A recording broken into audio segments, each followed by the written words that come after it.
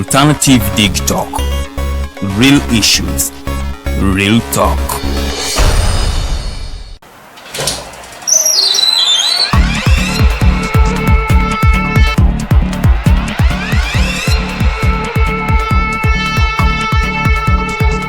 You have got to get up pretty early to go do something.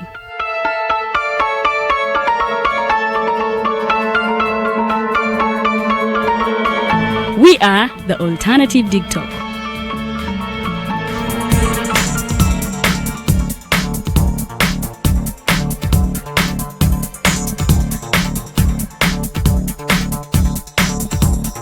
With our mobile studios, we are redefining TV presentation just as technology is setting the pace.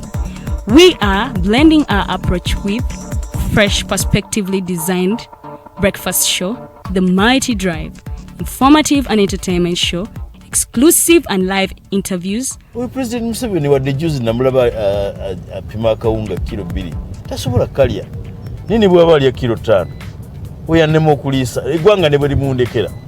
Njagala kwebaza the Alternative Dig Talk etuwadde kano ka Mighty Drive era n'abatuwuliriza bonna abali ku mikutu njagala basaba mugendo maaso n'okuwuliriza.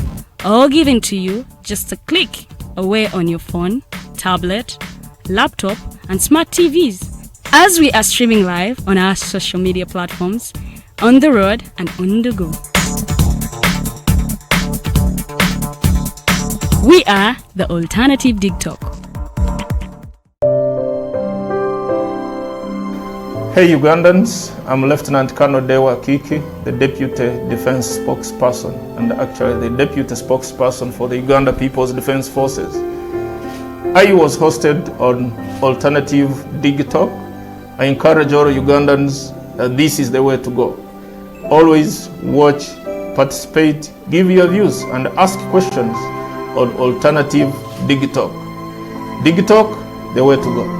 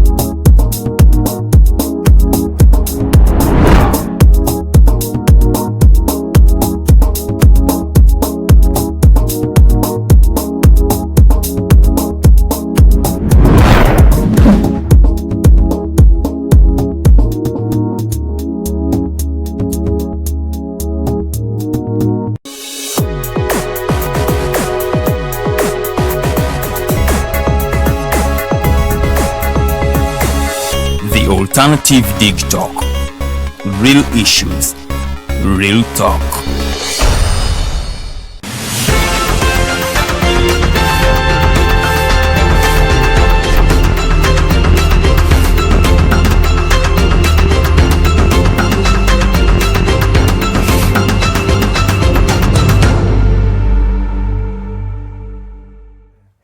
Dakika 10 zezakaita kusawa emwe yokumachambaniriza ku program The Mighty Drive amanya agangenze Edgar Mathew Karuhanga okubanga nkuweereza olunaku olwaleero enaku ez'omwezi ziri 26 omwezi gwa 4 omwaka 2021 nyonjogera kati nga abakozi kamwenyumwenyu katandise okubadda ku matama anti mbamumanyi buno yesawa eyokufuna ku musimbi wa ku mutiti naye nga ogufuna ku planningire bulungi because enchawo eri so you budget as you know that tomorrow is inevitable okubeerawo so at the end of the day wetaaga okubanga yes obanga organizing obulamu omwezi guno guweddeko goals zozo wa setting anga gutandika nga n'omwaka gutandika waza achievings obozi tusewa ebyo no ino okubikola mu kibaita self evaluation olunaku olwaleero tuina tax specialist and practitioner omwami Mr. Counsel Ocitti Samuel agenda kuba tudde wano ne Farida nga tunyumyamu ku bintu ebikwatagana n'emisolo gya Uganda olwo emisolo empya gye baleese gigenda ku affectinga gitya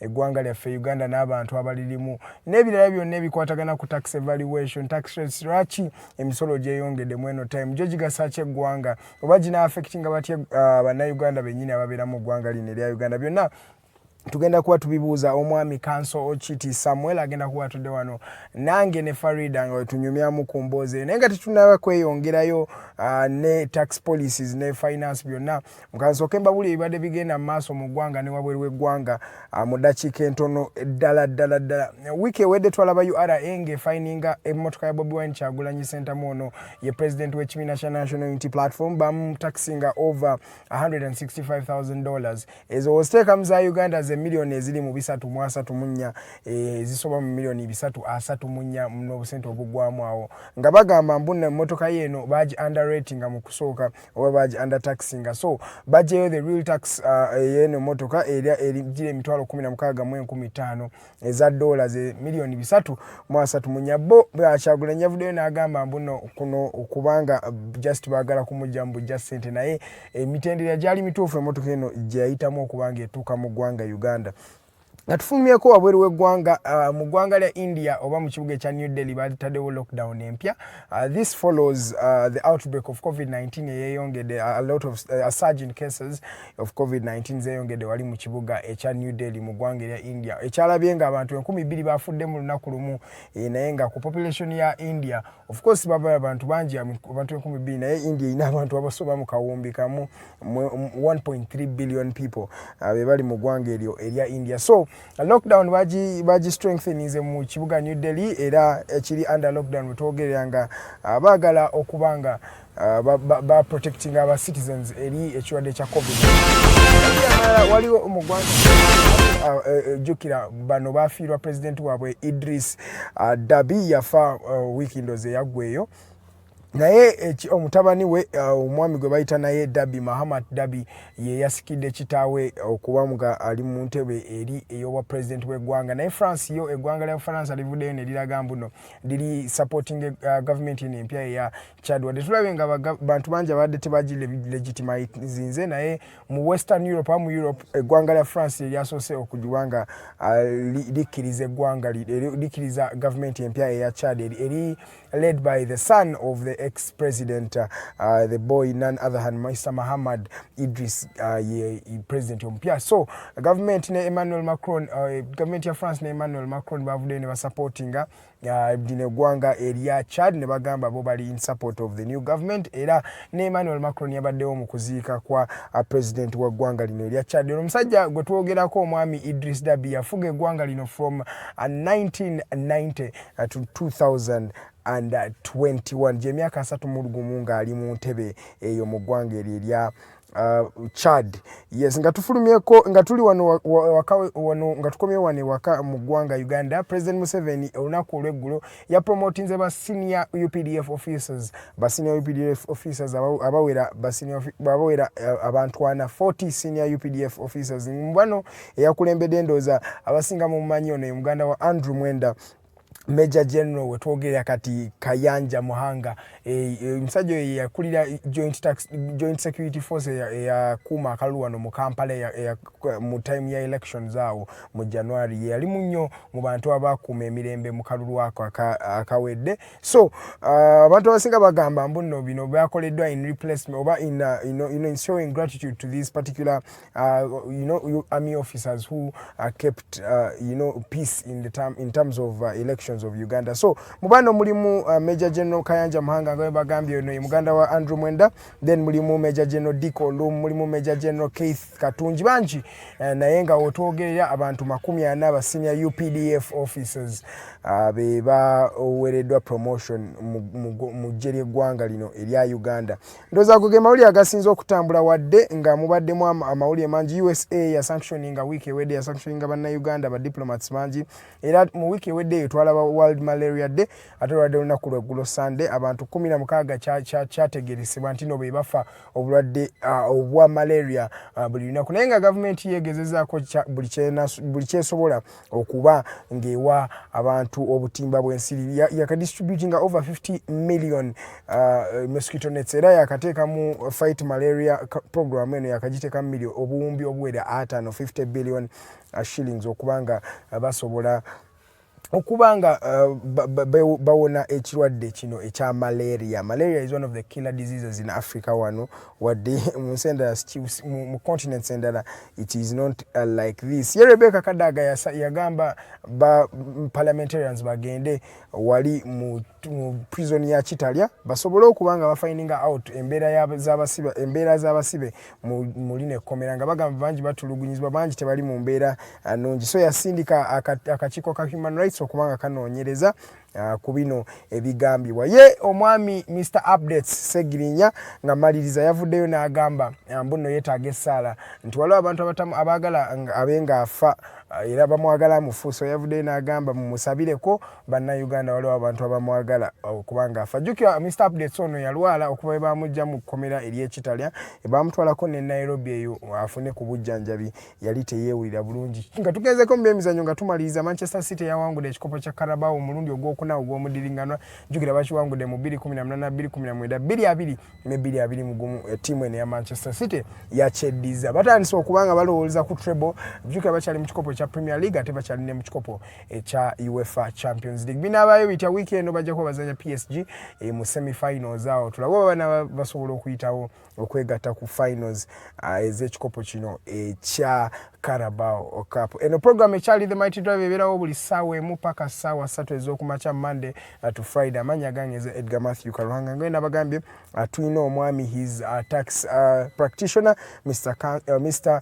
Ocitti Samuel. He is a lawyer, so he's going to be talking to us about the tax policies in Uganda. How do we build our tax base in Uganda? How what is the essence of the introduction of these new taxes to the economy of this country? Let's go for a short commercial break. When we come back, we're going to be having the counsel and Farida Bikobere is going to be right here on the Mighty Drive as we dissect on issues concerning tax policy in Uganda. My name is Edgar Mathew Karuhanga. Let's go for a short commercial break. We shall be right back.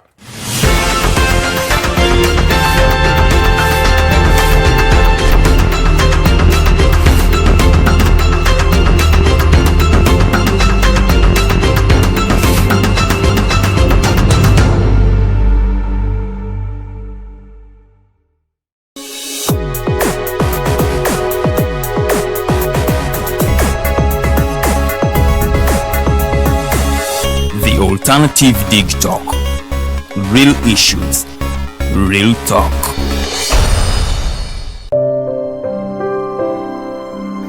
Hey Ugandans, I'm Lieutenant Colonel Dewa Kiki, the Deputy Defense Spokesperson and actually the Deputy Spokesperson for the Uganda People's Defense Forces. I was hosted on Alternative Dig Talk. I encourage all Ugandans that this is the way to go. Always watch, participate, give your views and ask questions on Alternative Dig Talk. Dig Talk, the way to go.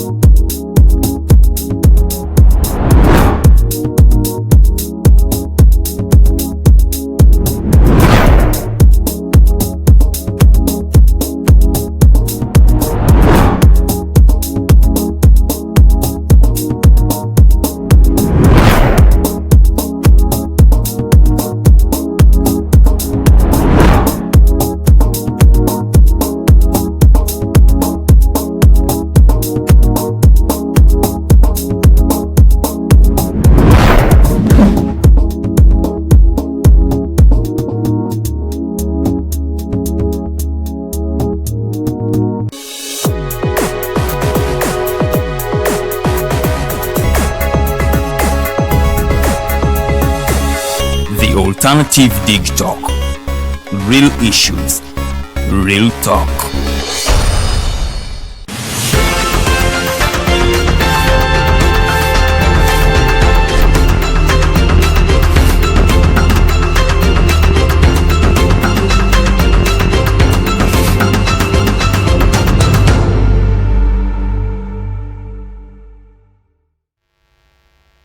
Masuze mutyaba mikwano abatukereddeko ku mpewo zaffe za The Alternative Dig Talk. Farida Bikobere is my name and you are watching The Mighty Drive show. Yebeerawo everyday Monday to Friday 7 to 9 a.m. Today I am with Edgar, Mathew, Karuhanga, and I have Counsel Ocitti Samuel in the studios.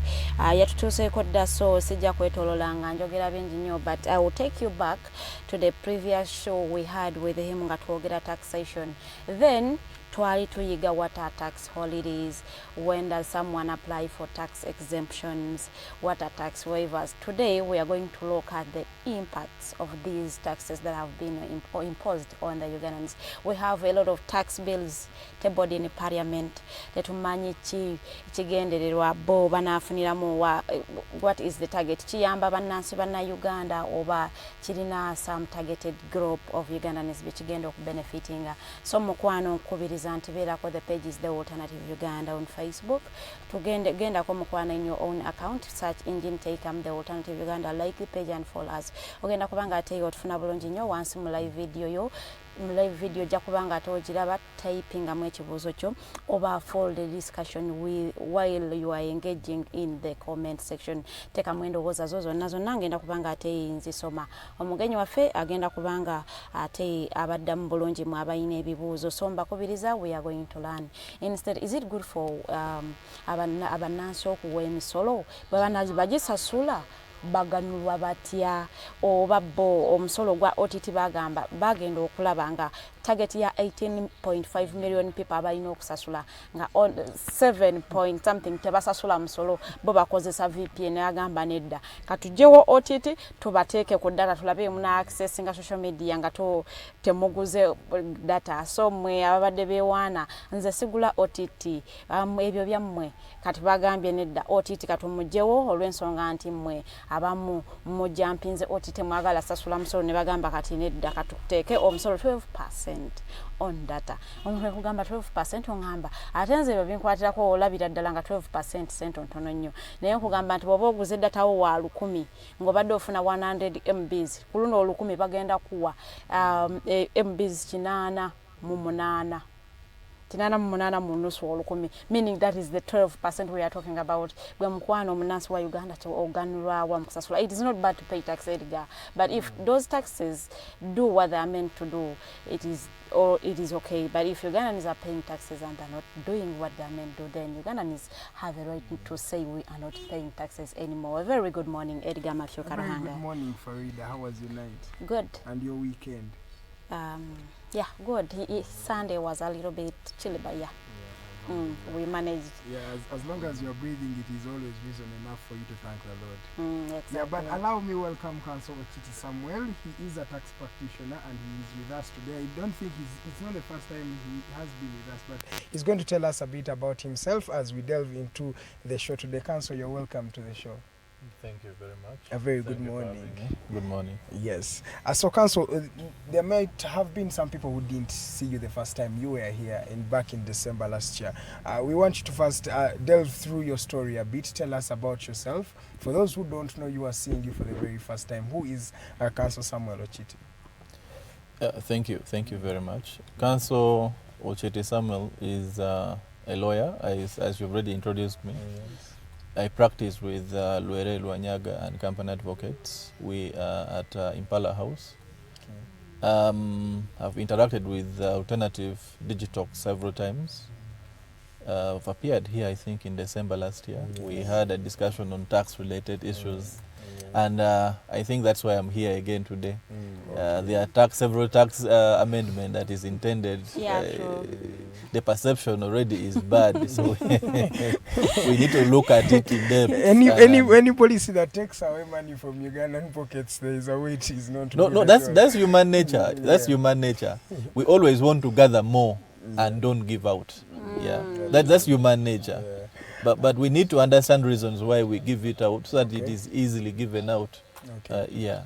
Okay. Counsel, let's first delve into your story before we enter the tax policies and everything. Let's first talk about the evolution of Counsel Samuel Ocitti. Where did you come from to become the counsel you are right now? Why tax policies in particular? Why are you the man you are today, and how did you come about? Where were you born and your story? Because we believe that your story can help motivate a youth who's out there to know that they can also make it if you have made it to where you are today. So Counsel, tell us about yourself. Well, My story is rather a long one. Yeah. And I would say that I cut it a bit short. Yes. I was born, raised, and I grew in a village called Koch. And I've adopted the village as my name. Koch is in Nwea district, formerly in Gulu. I was born 31 years ago to a lady called Pauline and a man called Oloya. They are the one who gave me that name, Ocitti. And then when I grew up, I adopted Samuel. I grew up in the IDP. I studied in the IDP. What's the IDP, Counsel? Internally displaced people's camps. Okay. Basically, if you grew up in that range 30 years ago, you know that people in the north were in that kind of arrangement where we were forced out of our homes. Okay. We were put in concentrated camps. Apparently, the government were fighting the rebels. So if you were not in a controlled vicinity, they would assume that you were a rebel. And either you get arrested or shot dead. And those days they would shoot first, then ask questions later.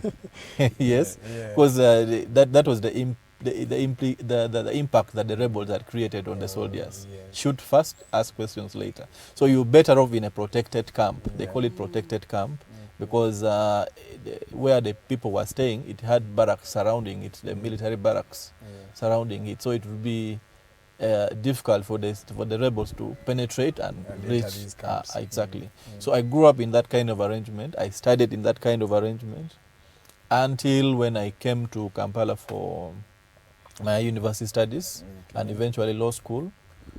That I finished in 2014. Yes, and I enrolled and I'm practicing. Why law in particular, Counsel? I had two issues that forced me into law. You know, when we were growing up, we used to hear lawyers, prominent lawyers in town. The Right Honorable Chief Justice Owinidolo is a good name that we have always been hearing. We had several lawyers, the Deputy Speaker, Honorable Jacob Bulanya. Those are names we used to hear, and I always wanted to study that. Then to be like them at some point. Then also another thing was some personal effects that I came across and some disadvantage that I faced that propelled me into, I wouldn't want to discuss those into details, that made me study law. And basically tax relation. I remember there was an incident. My father had not paid what the graduated tax. That was the head tax, right? Yes, for every adult in the... for us, our generation, we didn't see that. So they came to enforce, and I felt it. My father was not home, and they came and confiscated our poultry. And specifically, I had a cock that was meant for me. I was raising it like my own child. Yeah. So when my father had not paid, they came and confiscated it as a fine. So I felt so bad. I needed to understand what is this tax about. They have taken my cock. My cock. They didn't differentiate whether it was mine or for my father, but they just came and found the adult cock at home. They took it. So those are the reasons why I ventured into the area I am now in. Yeah. All right. Counsel, so let's first delve into the evolution of these taxes. We saw back then where we had that graduated tax you talked about. Omusolo gw'omutwe, for those who are watching us and understand more Uganda. Omusolo gw'omutwe. How did we evolve from omusolo gw'omutwe to these type of taxes we have, the pay as you earn, you know, those other taxes that are not directly to an individual? Graduated tax was there, and even other taxes were there. By then? Yes, by then. Graduated tax was among the taxes which were there at that time. And, you know, there is a principle in taxation that the tax you're collecting should not be more, the method of collecting your tax should not be more than the tax you're collecting. Okay? That graduated tax had that problem. collecting that tax was more expensive than Than the the tax tax they were itself. collecting. Yes. Okay. Yes. So it was, I think, 10,000 per every adult, and getting, you know, That those was days. Yearly? Annually? Yes, annually. It was annually. Okay. You know, those days banks were not so many. I think in the whole entire northern region, we only had Uganda Commercial Bank before Stanbic Bank came and bought it. So people would not go to the bank to pay taxes. They will come and collect the money from you. Cash. Yes, cash. From people's homes. Or you go and pay at the sub-county. Gombolola is here, you call it Gombolola. Gombolola, Then you give you a receipt. Okay. Now, if you don't pay, they have to look for They you will come for you. and they collect the money from you. Now, that process was very expensive. Yeah. So government looked at it and was like, you know, for us to have an effective tax system, the cost of collecting tax should not be more than the tax we are itself. collecting. Yeah. So I think that's the reason why the government abolished the graduated tax and introduced other taxes. Now, pay-as-you-can came in. What you call pay-as-you-can is actually income tax on employment. What you call pay-as-you-earn. Yes. If you are employed, there are certain taxes you're supposed to pay. Now, in that format, it's easy to administer because your employer withholds the money. If your salary is 500,000, they remove part of it, they give you less. Automatically, yeah. So it's easier to administer. So those are some of the reasons that led to what this kind of these taxes we are having at the moment, the cost of administration, and then you know when you spend so much in collecting the tax, the tax itself cannot go to productive use. Yeah. So those are the reasons why we see what these taxes we have right now. Okay, Counsel, before Farida comes in, let us first talk about these particular taxes and the involvement after getting the payee. But before we like elaborate more on them, but I want you to first teach a Ugandan, what is the tax policy? When do they decide that you are going to take 20% from you? When do they take 30% from you? How does this come about? Now, tax is administered by the government. Yes. The other unfortunate bit is that tax is not fair. Okay? The government decides what they need to take from you. In most cases, a taxpayer does not decide what should be taken from them, if not all cases. Your representatives that you send to Parliament, they are the one who decides how much should be taken from you in forms of laws. Once the laws have passed, you have to comply. If you don't comply, it is an offense. Yes, and they put it in that way. You know, a law must have a coercive force behind it. So if you don't pay this tax, you're committing an offense. Much as you may not be prosecuted, definitely it's an offense. For others are prosecuted, others may not be prosecuted. For example, if you use VPN, and you're accessing the over-the-top services, that's already an offense. But you may not be, because they did not follow you up and prosecute you, but that's already an offense. So we don't... It is a crime not to use VPN in Uganda? No. That's not what I'm The saying. legality is different. That's not what I'm saying, okay? What I'm saying is if you are evading tax... If you are Yeah. not paying OTT. No. I mean, using VPN. Let me make it clear. Just a minute. Let me make it clear. There is tax avoidance Yes. and tax evasion. Yeah, you're going to differentiate. Okay. That is what I was Now, going to ask you. Let me give you a simple example to differentiate the two. OTT. Okay? Yes. I have to pay 200 shillings to access social media. Yes. But I'm looking like, why do I need to access social media? I can do away with it. I don't want to pay my 200 shillings. Okay? Yes. That is tax Tax avoidance. You're avoiding that tax. By But not accessing. if you go ahead And And to access social media Without and you paying don't OTT. pay the 200 shillings, That is that is Tax tax evasion. evasion, which is an offense. Okay? You're not supposed to evade tax. You can avoid tax, but not evade. Okay? That's the difference. But it's not an offense to use VPN in Uganda. Actually, VPN has been used so many times, so many times before the OTT things came in. People were using VPNs for secure communications. Yes. Okay? The OTT came and disorganized the use of VPN or the meaning of VPN. Okay, take an example in the 2016 elections, when we were locked out of social media. That was 2016 and 2016. 2021. No, 2016. That's why VPN became known to Ugandans. Yes. It was Yes. 2016. It was there. Yes, but we had used VPN before that election, for secure communications. Okay. But Counsel, then the Constitution, there are some some taxes that are not recognized by the Constitution. Does that mean that when I evade that tax and there are no penalties for invading, let's say, social media and using VPN, there is no legal clause that talks about that evasion? Will that be committing a crime if I continue and use social media? No. The Constitution is a parent book. Okay? Yes.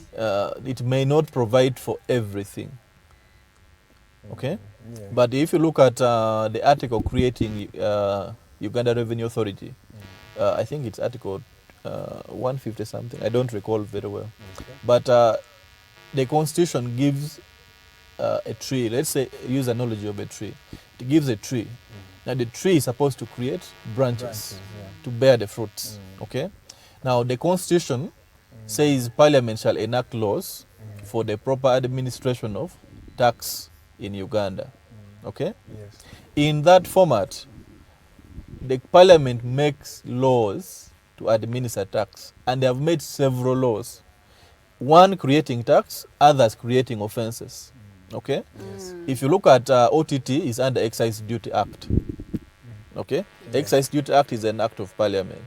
Now, under that excise duty, it tells URA to get 200 shillings from you. Okay? Yes. There is also the Tax Procedure Code Act. Now, that Tax Procedure Code Act provides for offences. And you will find that if you are supposed to pay tax and you don't pay, it becomes an offence. Or it becomes a debt to government that government can recover summarily. There are proceedings that we do in the legal field, summary procedure. Basically mean you don't have a defense. If the government, the tax is due, it is due. You don't have to say, I don't have money to pay. Well, you have to have the money to pay. Okay? Yes, Counsel. Yeah, so you may not find it in the Constitution, that the Constitution is saying this is the act you should pay, or don't pay this tax. But there are laws which are made under the Constitution which provides for those taxes. So that means I can't be arrested in case I use VPN, and the policeman wants. He can arrest me. I don't want to go into that line, but I've already given you. Once it is an offense, you can be arrested. Okay. But because of, now you look, let's go back to the administration. Yes. How much is government going to spend to prosecute you? A lot more. Okay, a lot more than the 200 shillings they want you to pay. Yeah. So that is the reason why OTT is failing. That is why government is saying, you know what, let's do away with it. Because the cost of collecting it, it's too much. It's too much. Okay. People are not paying. Yes, yet they're accessing the service. Okay. So why don't we use another way to see that they pay, okay, and we get the money that we want? And when you get the money, what do you use the money for? That's a question for another time that we can debate about. But Okay, let's talk about the many bills that have been tabled in the Parliament.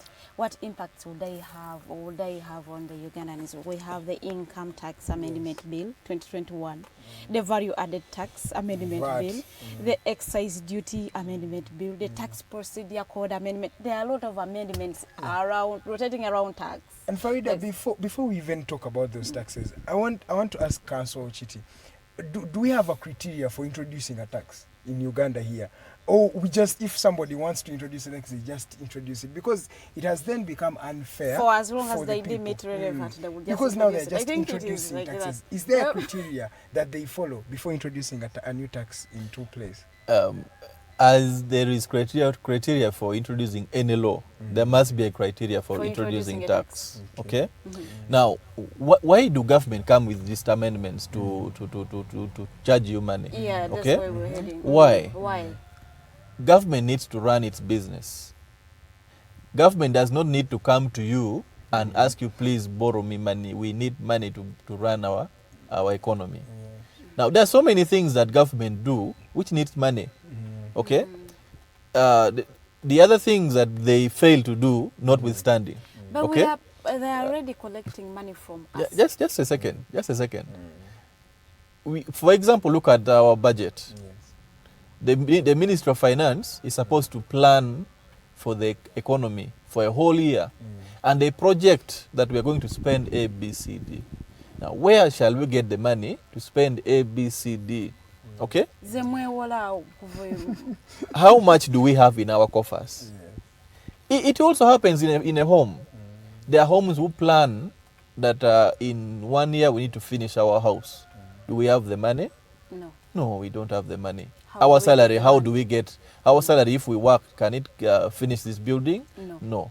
Sometimes they go and borrow. In the same way a family is run, take an example. This is one government, one big family, which is run. And they need money to run this family of ours. Now, the ministry will plan and see how much money is required to fund our budget. Now, how do we raise the money? Okay? They'll come back and sit back to the drawing board that the taxes we have will get us A, B, C, D. Okay? Then let's go and borrow. Maybe we can borrow A, B, C, D to add on what we can. So those are things that makes the government bring these amendments. The policy behind these amendments, you see, government needs to fund. It needs to increase its tax base to fund the budget. There was a time I think we funded over 20% of our budget or 30%. I'm not so good in those financial things. But we can always, if we fund our budget entirely, it's very good. Because now, you see, America is actually our biggest fund, I think. They're trying to put restrictions. They've already put restrictions. Yes, they've put restrictions. Over 700 billion. Imagine we fund our entire budget. America will not have that to say. We become independent. But now when we don't fund our budget, we keep borrowing, we keep asking for grants here and there. It impacts on the economy. Putting corruption aside, the selfishness that is among the people in government offices, can't Uganda fund its budget entirely without borrowing from, and why? From the, if not, why? From the outside? I think it's possible, so, and I also think it may not be possible for one or two reasons. Now, the money you collect, first of all, is not enough. Okay? Government spending is too much. If let's say we had a parliament of a maximum of 50 members, okay? We have roads constructed already. All the roads are tarmacked. Our hospitals are functioning, okay?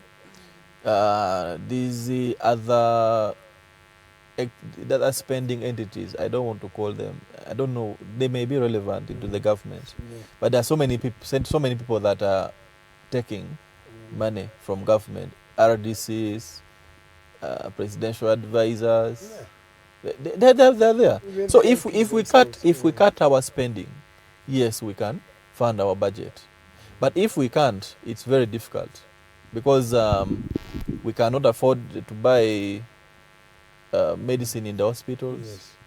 By the way, we need to pay our security team, and our security is not funded by any other foreign entity. The government funds, I think, over 90% or even 100% of the security of the country. And it's the most funded sector in Uganda. Yes, now. Yes. It takes the biggest percentage. Now, also, if we had stopped engaging in foreign interventions, maybe that also could have helped us. Because we have created enemies, we now need to concretize our internal security. People say the 2010 bombings in Chadondo was as a result of our presence in Somalia. They want us to feel the pinch so that we can withdraw. You know, in politics, if you cause chaos in the country, the government has to withdraw its troops from other places to come and support. When your house is burning and you have to bring them back to rescue what is in the house. So those are some of the reasons why we may not be able to fund our entire budget, because our spending is high. Is too much. Okay. But what is the criteria for this spending? Because we are seeing that they are spending things on security. Why would they say that let us invest more in the security than investing more in the health sector? Because some people may deem it more relevant. The health sector is more relevant. Unfortunately, I don't have Yeah, some of insight these that, because questions, some yeah. of these questions are political. Yeah. The reason why government deals in security more than hospital, I may not be able to tell. But for me, I want to make sure that you pay the money as a taxman, and the government has the money. Okay. So when do we say that these taxes are exploitative? Like they're exploiting the Ugandan, and let's say we have to stop here? I don't want to think so. Because now many people are saying, when you look at the introduction of these new tax policies, the data, now when you look at what a person, if let's say if somebody is getting $1 million per month, and all those taxes taken over, don't you think that is already half of the money? Because you're taking pay as you earn 30%, value added tax, let's say like 15 or 12%. Now you have the data on 12. 18%. Yeah, 18%. But you all need to these understand taxes. something. Tax is not on your entire salary. Yeah. No. The last time I was here, I think I talked about it. Okay. Tax is easy to pay if you understand what it is. Okay? If you don't understand, trust me, even 50 shillings going to tax you don't want it. But if you understand what you're paying, tax is easy to pay. It's very simple. It's not exploitative. Okay. Now, there are different heads of taxes, like I've told you. You've brought in issue of if you earn a salary of how much? $1 million shillings. Then there is 18% VAT. Then there is what? No, that's not correct. That's not correct. Okay. Yeah. The only tax you pay is income tax. Income tax. Which one you call pay as Pay you as earn. you earn. Okay. Now, income tax also the rate differs. Okay. Yes. For example, if my salary is below 230 something million, I think 235 million, you don't pay any tax. Okay. Okay, on your example of salary. Now, tax on salary is progressive. Okay. The more you get, earn, the more tax you pay. Okay. The less you earn, the lesser tax you pay. Okay. How is that exploitative? Okay. If I earn 500,000 shillings, the first 230 something thousand is tax free. I first remove it, put in the pocket. Then the rest of the money, that's when they tax. How much tax do you want on this? After removing the law the still provides. 230. Okay. Now, there is nothing called VAT on employment income, on pay as you earn. Okay. The only tax which is there is income tax. Okay. Okay. Now, as a human being, you have needs. Okay. Yes. Others may be a necessity. Others may be a luxury. Okay. Yes. But government wants to get money from you. Now, you come to a luxury. You want a beer. You want a beer to drink. Government is saying, okay, we want some more of his money. Luxury kwesanyusamu. Yes. Okay. It's not You're not supposed. You can do it. without it, but you Yes. just want to enjoy it. Yes. Okay. And that's where the 18% comes in. Others are even more than that, because excise duty on beer is 130%. So it depends. So the tax rates are different. The tax is not exploitative, depending on where you're paying tax. Tax from. Okay. Counsel, there is a school of thought that has been saying that a lot of the tax burden has been given on the professional. Is in Uganda that it has been landed on the professionals. Let's say the teachers, these accountants, and the biggest percentage, let's say the people who are dealing mostly in agriculture, 67% of the whole country is not taxed. Don't you think these? But taxes, isn't that a good thing? It is a good thing, but then it is a few individuals are bearing the burden of the whole. No. Okay. Now, let's go back to the reason why government imposes tax. Okay, the obvious one is to raise money. Yeah? But also, there are reasons to do with encouraging something and discouraging something. Okay? Yes. If you don't want to pay this, to be burdened, go and do farming. Yes? Go and do farming. And then the professionals will no. I'm not being sarcastic here. Actually, the reason he's literally let me explain it. Let me explain it. Okay, Counsel. The reason why I said so is government is trying to encourage people to go and do farming, because people are leaving out farming and concentrating in Kampala. You know the danger of that? If nobody is doing farming, it means we have to import from Kenya. We have to import from South Sudan. Okay? Now that's the danger. If we discourage people from farming, we shall not have farmers in the country. Because the easiest way is to get money. You go and work, sit in office, get the money. But what can you do with that money? Okay? That's why the government is coming to say, let's reduce the tax on farming so that we encourage people to go and farm. As our nature is, we don't want to let go of our things. So if you go and farm, it's easier for you to get your money and keep your money. Okay. Other than you be in office, work in office. And by the way, there is a reason why the professionals are heavily taxed other than the others. Why? The reason is, as a professional, you must have been taught taxation. You know the reason why you're paying tax. Yes. So that is why you're being exploited. That not exploited. Let's leave that. Let's leave because that. If you are leaving 67%, and this 67%, let's say if at least we would have got a 3% or a 5% from these 60%. Okay, we are imagining the professions have been told taxation. Why don't you employ those professions to go and teach the remaining population about taxation and why they should pay, so that you levy the taxes which is done instead of exploiting the few. The few, because it's now because now this is 23% and 67% is just there chilling around. Let me tell you something. The 60-something% of the farmers, don't they drink beer? Secondly, farmers, don't they need fuel? Don't they need sugar? Don't they need airtime? So at the end of So the day, are they not paying tax? They will pay tax indirectly. Exactly. Indirectly, they're paying taxes. Okay. But maybe what they're not paying is on the agricultural inputs that they produce. They don't pay much tax on that. But eventually, when the money is now clean, you have it in your pocket. Money, you're going to start paying taxes. You will want to go and drink, you pay tax. You would want to buy fuel, you pay tax. You want to import a vehicle, you pay tax. You get? Yes. So no, the notion that farmers don't pay tax or the burden is only being shouldered by the elites, it's not so much accurate. Okay. They also pay taxes. Okay, Counsel, it's just 53 minutes past the top of the hour. It's a time when we go for a short commercial break. But when we come back, we're going to start looking at in-depthly on these particular taxes that were introduced. The Tata tax, the tax on fuel. You know, there's a lot of tax on gold and other exports, fish, noni, all of these things. We're going to talk about them in-depthly, on an individual basis. We see the effects of these particular taxes on the Ugandan economy, on the Ugandan himself. And let's talk about the oil. Will the oil help in, reducing the taxes, since they say oil is something that is very, very expensive? We're going to be talking about all these after the short commercial break. My name is Edgar Mathew Karuhanga. We're having Counsel Ocitti in studio, and I am with Farida Bikobere. Today is a Monday, the 26th of April, 2021. Let's go for a short commercial break. We shall be right back.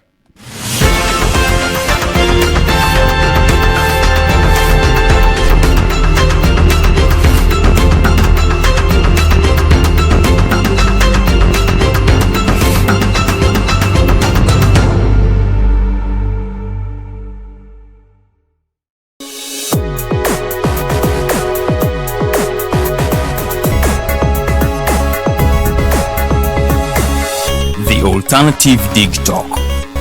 Real issues, real talk.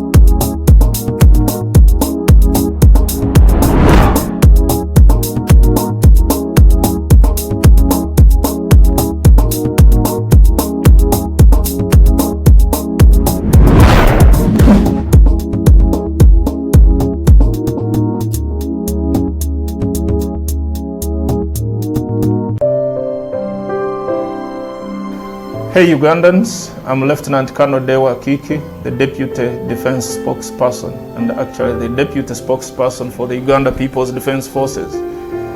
I was hosted on Alternative Dig Talk. I encourage all Ugandans that this is the way to go. Always watch, participate, give your views and ask questions on Alternative Dig Talk. Dig Talk, the way to go. The world is at a critical moment of providing innovative alternatives as a means to create change.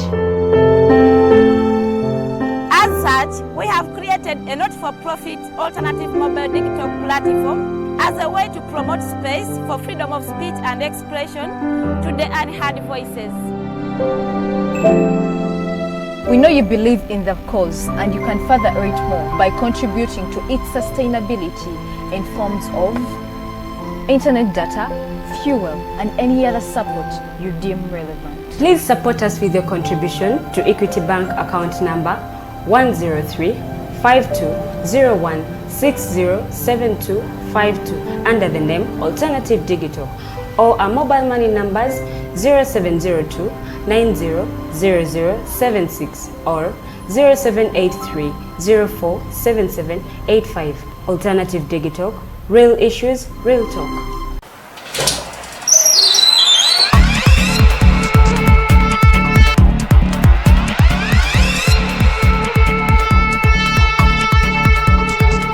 You have got to get up pretty early to go do something.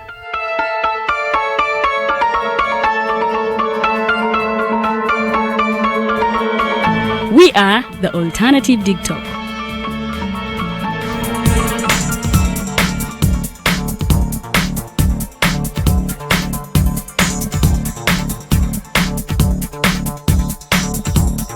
With our mobile studios, we are redefining TV presentation just as technology is setting the pace. We are blending our approach with fresh, perspectively designed breakfast show, The Mighty Drive, informative and entertainment show, exclusive and live interviews. We President Museveni wadde juzi namulaba apima akawunga kilo 2 tasobola kalya nini bwaba alya kilo 5 oyannema okuliisa eggwanga ne bwe limundekera.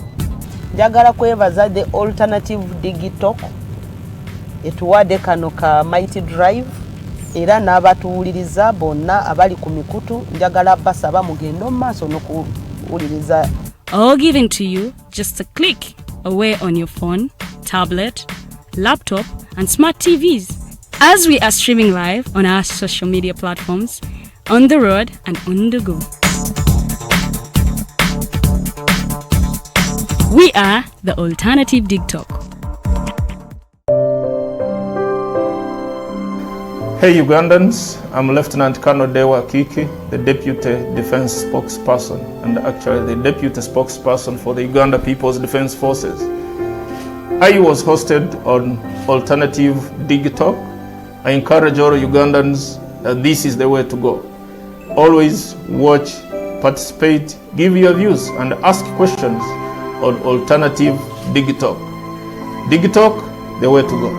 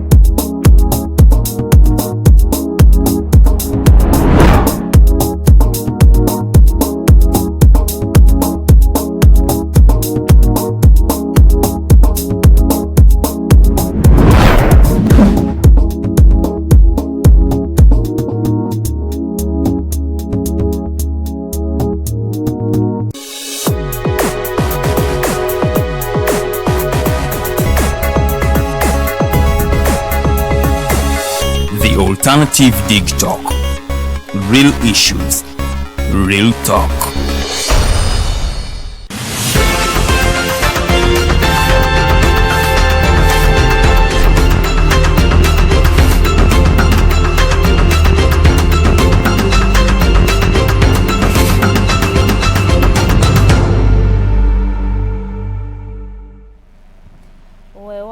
Chalava program the Mighty Drive ngate oli ku the Alternative Digital. The page is the Alternative Uganda on Facebook. Mukwano atana tweyungako genda yo in your own account. search engine tekamu the alternative Uganda ogenda kubanga ate mukwano otufuna bulungi nnyo like the page and follow us ate werabira okonyega notification button oberenti ate ofuna notification every when we go live tuberayo every day Monday to Friday esaawa eberemu eyokumacha paka sawa sato nga tunyumyamu ebiba bigenda maaso mu ggwanga kati olwaliro essira tulitese ku taxation emisolo emipya gye baleese mu Uganda gikugasa gitya gwenga omuna Uganda. Why should you pay these taxes? Why shouldn't you reject them? Are they beneficial to you or to a certain clique of people? Awe nyini we tugenda okubanga ate twogera. Someone has just sent me a message in my inbox like it bothers me when you are talking about a difficult topic and you are talking it in English. You are talking about taxation and all the discussion is in English and I'm like, okay, you are also raising your issue in English. But anyway, we are going to be blending in a little bit of Uganda. Not so. We are going to be as the hosts. We shall be tujja kubanga tubaddizamu koko Luganda katini nnyo, but the guest of today is very comfortable in English, so we want him to be very exhaustive as he is discussing his topic. So he will be using English, but we shall be blending in a little bit of Luganda for you, my Luganda viewers. Naye ate njagala okubagamba nti abanywi ba bbiya bamikwano mubeere wabateeseko nnusu 2.3 buli lita ya bbiya. Lwaki olowooza walisasudde omusolo gwanyumirwa okunywa bbiya? Awo nyini council wagenda atandikira. Why should Ugandans not reject these taxes? Are there any advantages that they should look at instead of rejecting it and they should pay it? Yes, there are so many advantages. Because when we look at these taxes, it is like they are only increasing. And when it is increasing on my side, I am not seeing any advantages, because if I was paying 100 and you're telling me to pay 230, that is not an advantage to me because it has increased my expenditure. So I want you to elaborate on that. How should Ugandans understand this taxation policy and why they should pay the taxes being levied on them? You see, as we started earlier on, we need to understand why you pay tax. First of all, it's your patriotic duty to pay tax. Okay? Exactly. It's your patriotic duty under Article 17 of the Constitution. I say you like quoting the Constitution. Article 17 of the Constitution. Every Ugandan has a duty, patriotic duty to pay taxes. That's the first thing. It's your duty. The taxes that thrive the country. Exactly. Now that's a big advantage. Yes, it's a big advantage. How do you pride yourself that I was sick, I was treated? You look at the example of COVID. Who went for treatment? Like no. paying taxes. Just give credit where it is due. COVID came. Yes. How many people flew out of the country to go and get treatment? Zero. Because We're all here. Even outside. Yes, that's the thing. That's what I'm saying. That's what I'm saying. No, leave alone COVID. We had other ailments which were there. Malaria were killing people. Even the other diseases. Yes. Now, those who needed referral, did they go anywhere? Zero. No, we were all here. And they got treatment. No, they got treatment. Okay? Yes, Counsel. Our cancer institute was working. The other hospitals, sections of Mulago were working. You see, Counsel, I do not want to take you there because it is going to sound political. If you have you ever visited Mulago, that cancer institute? That's not the point. That's not the point. My point I'm making is, these are the things that taxes do. Yes. If I was talking about security, you're supposed to be secure in your country. Imagine having all the medicines in the hospital, all the treatment in the hospital, but you cannot move from here to Wandegea to get the treatment because of insecurity. Okay? Yes, Counsel. Look at market for our agricultural products. Okay? You farmed 100 acres of rice. They are ready for harvest. You've harvested them. Yes. You cannot move it from your farm to Nakasero market. There is no good roads. There is no security. Okay? Let's look at, I don't know whether you've traveled the country. Yeah. Leave alone our Kampala, which has potholes and what sort of. If you move, you will find that there are actually good roads in the country. It may not be tarmac roads, but there are this good road, relatively good road. I'm telling you, we used to travel from Gulu to Kampala for 12 hours. You leave at 6 in the morning, you reach at 6 p.m. Before I started traveling, they used to travel for 2 days to reach Kampala. Now it's 4 hours if you're driving a private car and you're not making stopovers. Yes, making stopovers. You drive 4 hours. In a bus, it's actually 332.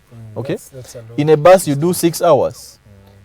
In the early 90s, a whole day. First, the roads are very bad. You cannot drive fast. Even stopovers. Let me give you an example. From Gulu to Kamdini, there is a place called Kamdini along the way. You would spend almost 6 hours because at some point you first have to stop. There is an ambush in front.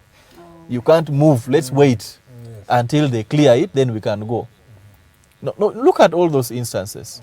Okay? The government has tried to give us value for the taxes we pay. Okay. It may not reach our expectation, but at least they are trying. Okay, let us agree the government has tried and it has done its best. I want you to tell us why me, a Ugandan, shouldn't be worried with these taxes that are being imposed on me. These particular taxes, the new taxes that are being imposed on us. And what advantages do they have to me as a Ugandan, as an ordinary Ugandan? Okay, maybe before we look at that, let's look at what are these taxes that are being introduced. Okay, let's start with that. Then we can examine each tax and see how is it going to benefit you. Okay. Yes. Let's start with the Income Tax Act.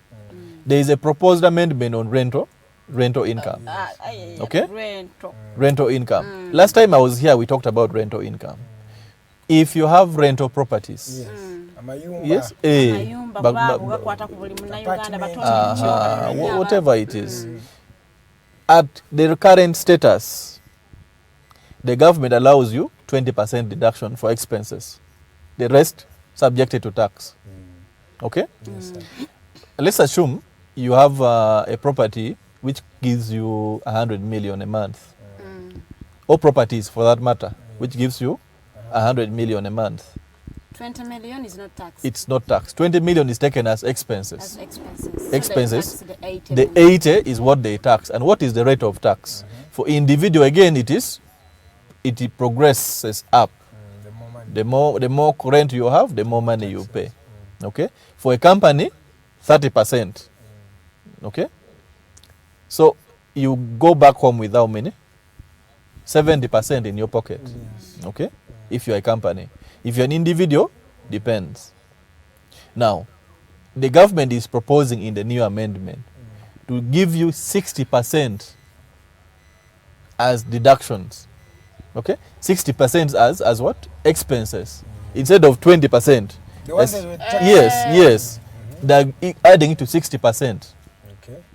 Okay? So they will tax the 40%. The 40%. Now the 40%, you will pay 30%. Now they're going to make it uniform. Instead of progressive for individual, everyone pays 30%. So you have the 60%, you have the 10% remaining. Okay? Look at that. Isn't that an advantage? Now, another advantage is that rental tax is going to be on specific property you have. Currently, you generalize all your properties under one head and say, this is what I've earned. Now, here it is in respective property. Property A has not had occupants for the whole, let's say, whole year. You don't pay any tax on that. Because there are no people. Yes, but under the current regime, whether it is not there or it is there, we add all the properties that brings with those rents. Okay? Isn't that an advantage? That's already an advantage. Yes, that's an advantage. Okay. Now let's move to the data tax. That one. The data 12%. Yes. Now that may not be fair because let's assume you're buying data using airtime. You've already paid 12% on airtime. Then you're going to pay again another 12% on data. Now those are things that may have to be interpreted for us. Yes. Remember when mobile money tax came, they were taxing deposit, withdrawing, sending, everything was being taxed until they said no. It's tax withdrawal now. Only withdrawing. When you're converting your physical cash into another form, they should not tax you for that. I strongly believe it will come with an amendment. Because I don't know why government thought it wise to charge tax on internet. They could have used another avenue to get that money. Okay? Because What avenue would they have used? they could just increase on what? On airtime. 2% or 3% on airtime. You will pay. Now, I can do away with internet, but I can still access internet. For example, there is an exception. If you're providing internet services for educational purposes or medical purposes, okay? How will one You're not supposed to pay it. No, it's easy. For example, an institution, a learning institution, you're buying data for a learning institution, or for hospital. So how about a student who is learning? Who is buying Now those are things we are going to look at. I think the Commissioner General has a lot of work which is pending. The act coming into force. How are you going to determine a student buying internet for studies, for educational purposes? Now those are things that the Commissioner General will come to tell us in what we call practice notes. The same thing happened when the OTT came. Madam Helen Kajina wrote a practice note saying, you know what, this tax is supposed to be like this. It's not supposed to be on every transaction, only on withdrawing. That's why it stopped. Otherwise, they were doing everything. I also assume if they don't bring it in the act, because currently it's under debate, we are giving our views. How do we differentiate a private student who is buying data for class, and then for what services in class? Because you cannot dictate what class service I'm going to do. I can be doing research on Facebook. That can also still be a class activity. So those are things that I think it will come with either modification or the Commissioner General will come in to help us and understand how it's supposed to be done. But otherwise, it may be a bit difficult to get the line between, to draw the line between class and not class, hospital and not hospital. Okay? So that means some policies are not revised before they are tabled. No. You Because see, that is a challenge. wait a minute. There is too much uproar in Uganda when things are touching their pocket, before it even touches their pocket. Okay? Now, as long as they sense it is going to touch yes, the pocket. they will have an uproar. The case when they are saying they're going to start taxing the bank withdrawals. People started removing money from the bank account. They started storing money in the old-fashioned way. Yes. By the way, my father lost money because of that. He stored money, he buried it somewhere in a tin, and he forgot where he buried it. We dug that place. We never found the money. So that's not the issue. No, that's not the issue. But let me tell you, this thing is not yet even law, and we are now discussing it.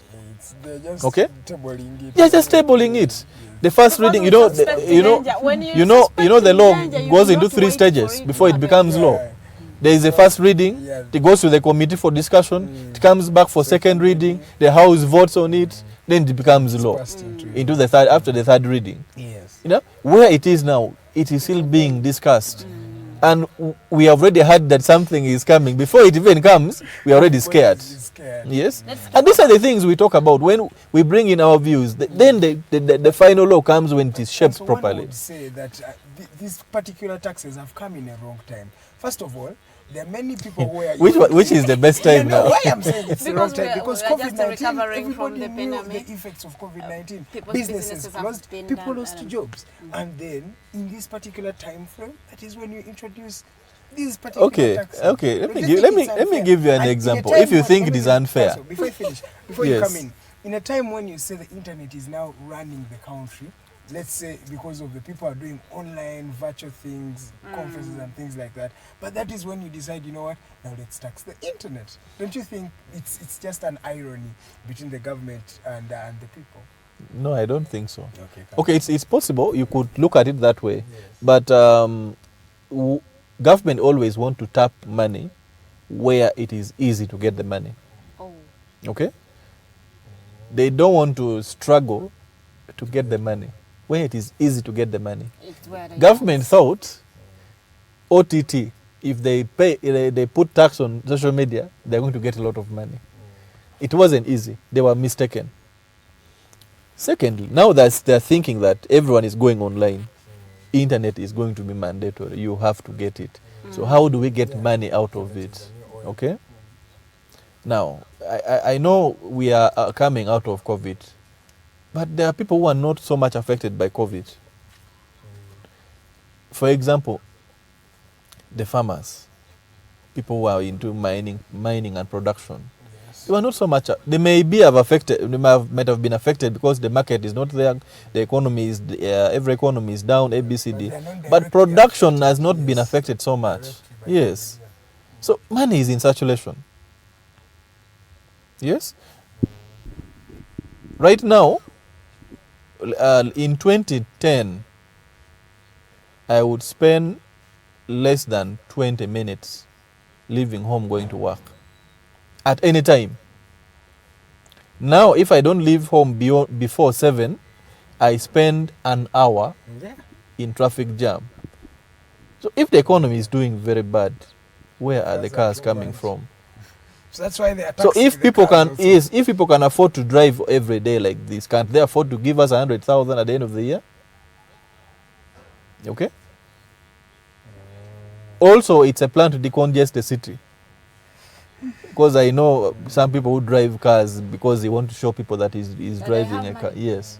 Actually, when our pockets are empty, I'm one of them. I don't have money, but I have to drive. Yes. But so you can't drive if you don't have money. So no. Trust me, there are people who don't want to pay the 100,000. Or people who cannot afford, genuinely cannot afford to pay, but they have cars. By the way, that amendment is not only on the road license. There is even another one. Let me break it to you if you have not heard of it. A tax on having a car.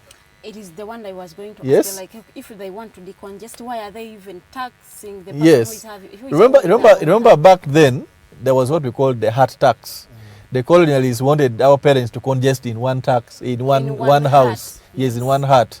So they introduced the hat tax. If you had more than 2, you pay tax on the extra one. Yes, it is coming back now in a different format. For owning the vehicle, you pay tax. For using it on the road, you pay tax. Yes. for the fuel, you pay tax. You also pay tax. Yes. So what are the advantages of this tax of owning the vehicle? The only advantage I can look at is raising money for government.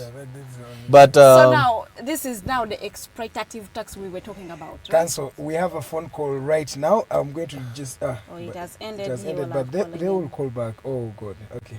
He will call back. Yeah. Counsel, you're still... Okay, I was still explaining the car issues, the licenses you pay. Yes. It goes to fund government projects, but I don't know of the advantage to the taxpayer, apart from giving money to the government to fund their projects, to build for you roads and those and that. But also in the long run, I think to reduce on congestion. That is what I was also yes. going to say. Is it like a hidden agenda of reducing the congestion? Yes, that's good. That could be. Okay. There are streets. Our streets are small. Too many cars on the street. The cost of expanding a street is too expensive. Then let's restrict them. Let few people have cars. Okay. We can use buses. Yeah. Okay, bring back buses and it applies the roads and we move. Council, there's a challenge that goes that, you know, how can we grow capital as a country? Because if the government is infringing a lot of, you know, taxes on like every hustle that everybody is getting, or most of the income of the people, how then will we go capital to be like other countries, to have our capital as a country so that we can have enough money in the treasury of the country at the end of the day, than this thing of saying a government is taking away from people. That means it will lead to people hoarding their money at the end of the day, trying to evade these taxes. But then we should not have a good capital as a country thriving. But when you look at country, that is when we come out with a challenge of going for loans. That's why you're seeing IMF has said you guys have taken a lot of loans. The World Bank has said you guys have taken a lot of loans. That's why we're going to you know, countries like China to Exim Bank. Hello, welcome to the Mighty Drive. Good morning. Yes, good morning. How are you? I'm okay, sir. Who am I talking to? My My name is Geoffrey from Kansanga. Yes, Geoffrey from Kansanga. First of all, thanks for your show, you guys. Yes, sir. I have two concerns. Yes. To be addressed by Counsel Ocitti. One. Yes. I am aware that he's aware. It's like any of us knows that the government considered charging extra 100 shillings onto every liter of fuel. And one wants to ask, is there a mechanism through which government will ensure that it is strictly 100 shillings per liter? Because we know with how funny and tricky Ugandans can be, when they add an extra shilling, the service providers take advantage of the consumers, and before you know it, the petrol stations will be charging us even 200 or 300 extra per liter. So is there any specific mechanism that Council is aware of that the government will ensure that once they add 100, strictly it's 100? Because there is a precedent with the with these taxis. The government proposed that because of COVID, taxis should transport half passengers. Yes. Nowadays, the taxis are full, and these guys continue charging the exact amount, and the government is unbothered. Okay, Geoffrey, you have any Finally. Yes, Geoffrey. Is there a moment where a tax practitioner like Counsel Ocitti finds taxes being bad? When are taxes bad? Because it seems to be so much pro of taxes. That the taxes are good, taxes are good, but when are taxes bad? Thank you so much, Geoffrey, for calling us today.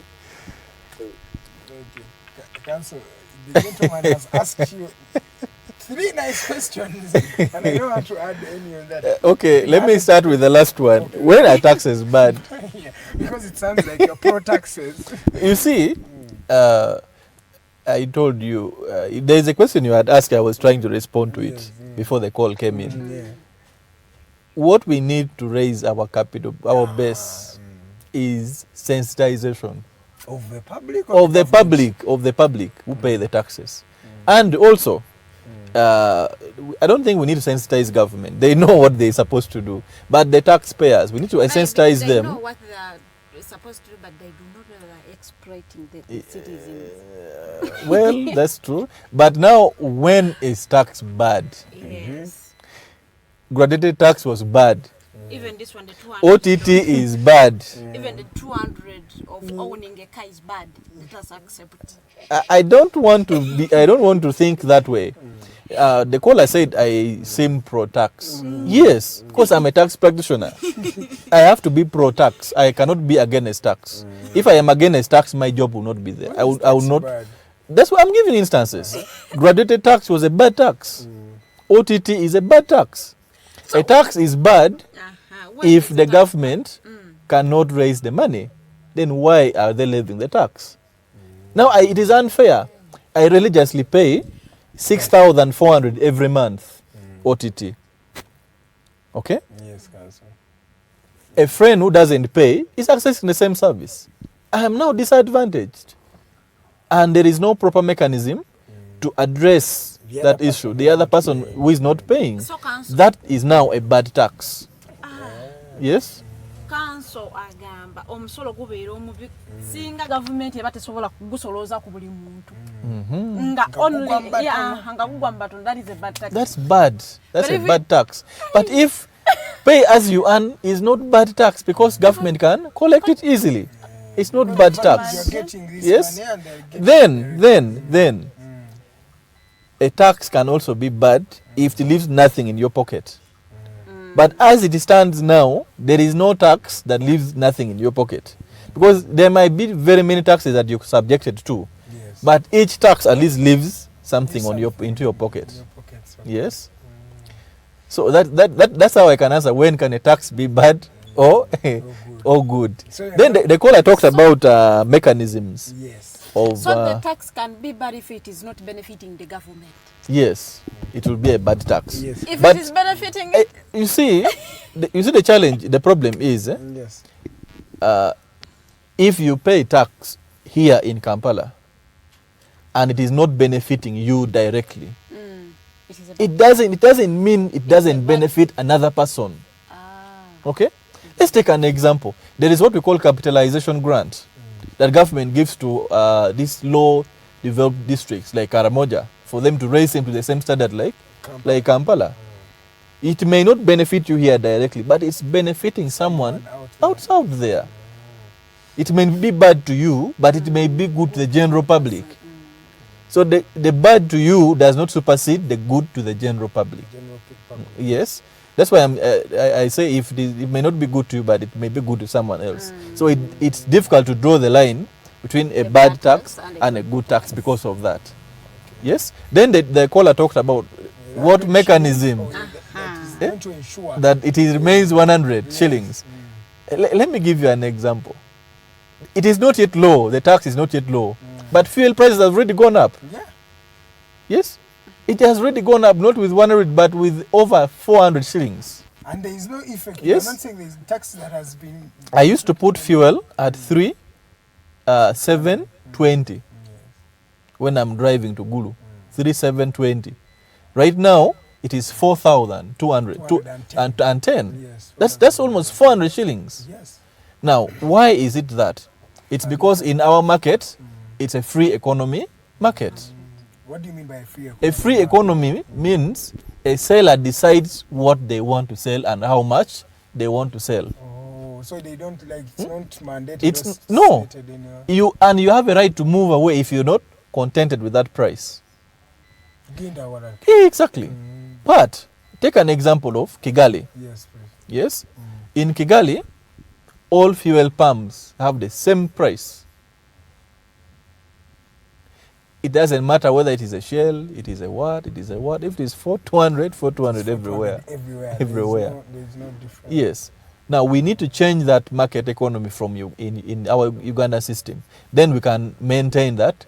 If tax is added by a Chikumi, everyone pays. Everywhere it has to be like that.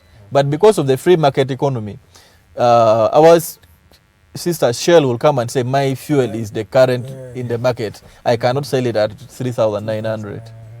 Yes. Rubies would say, okay, ours is also a good fuel. We can sell it to you at 3,800. Yes. Then we have people who can actually afford the 4,200 to justify Shell selling their fuel at 4,200. If you can't afford, that doesn't mean there is nobody who's Farida cannot afford. Farida will afford. Would afford and buy it. A free market economy. I choose what I want to buy from where I want to buy. I choose what I want to sell and how much I want to sell it. What are the effects of having a free market economy like this one? It's the effects. The advantage is competition. Competition. Yes. And the customers have a variety to choose. Okay? I can choose to go with the 4,200. I can choose to go with 3,600. It's competition and quality. Definitely, the fuel you're buying at 4,200, there is a high presumption that is of good quality. At one point, even when it isn't. Yes, even when it isn't. Yes. At one point, my mechanic asked me, "Where do you buy your fuel from?" I told him, "Yeah, I buy fuel. I don't want to mention. I buy fuel, quality fuel from ABCD. How much?" I told him. Then it was 3,700 something. Why not the other? No, 4,000. This one is selling you cheaply. Is that your father's petrol station? Why are they giving you at a discount? Okay. What he was trying to tell me is that I'm not getting quality. Why would someone sell for me fuel cheaper than the other one if they are the same? Yes? Why is the fuel price different if they're the same? That is a free market economy. Unfortunately, I'm asking the caller, we cannot tell with preciseness that government will ensure that these people maintain the tax as Chikumi. Even when it is not yet low, I am telling you now, the prices have already gone up. Yes? Yes. Counsel, there are exports that have also been, subjected to Yes, to tax. yes, Let's yes. talk about the export like gold, fish, and nuni. Abamanya nuni. Fish moles. Fish moles. It's a nuni. They've added, I think, $200, something like that. Yes, per kilogram. Yeah, per kilogram. Yes. So, but do you know how much fishes you need to fish or fishes? Yes, because if there are different species, there are fishes. Yes. Do you know how many you have to kill to get 1 kilogram of fish more? So is this also decampaign our exports? No. These are reasons why taxes are imposed. Okay. Sometimes it is imposed to regulate a certain industry. If you go to the lake, people are even harvesting immature fish. Yes, because of the moles. They don't eat the fish, they extract the moles, dispose it off. Extract the moles, dispose it off. Now government is trying to discourage that. There is no much market of fish moles in Uganda. Yeah, but it's in Eastern... in the Middle East. In Eastern Europe, yes. Eastern Europe. Yes, Eastern Europe and Asia. Yes. That's where the market is. Now, first it is discouraging that fact of overfishing in the lakes and destroying our fish. Okay. Secondly, it is trying to encourage Ugandans to manufacture or to use whatever they use for fish moles in the country. Now imagine domestic consumption, not even consumption per se, domestic production. We can actually produce and export the finished products to them. For what they want to use this fish for. Exactly. So first it is discouraging fishing, then secondly, not fishing, discouraging fishing for that purpose, for the extracting the moles. Yes. Then secondly, to encourage production in the country. If you can avoid paying 200 and still get the market in the country, that's a plus. That's what the government is at. They're trying to encourage industrialization. And there's another one that you don't talk about. If you're investing over $50 million in the country, you're exempted from paying excise duty. You're exempted from paying, I think, VAT also in the amendment. You're not talking about that. You're only talking about because taking money from you. Not many Ugandans will afford to invest $50 million in this country. There are not very many because let us look at the general perception. That are coming up to invest. 79% of the Ugandans are youths, and you can trust me. I don't think there is a youth who can invest. The taxes that are being imposed on them.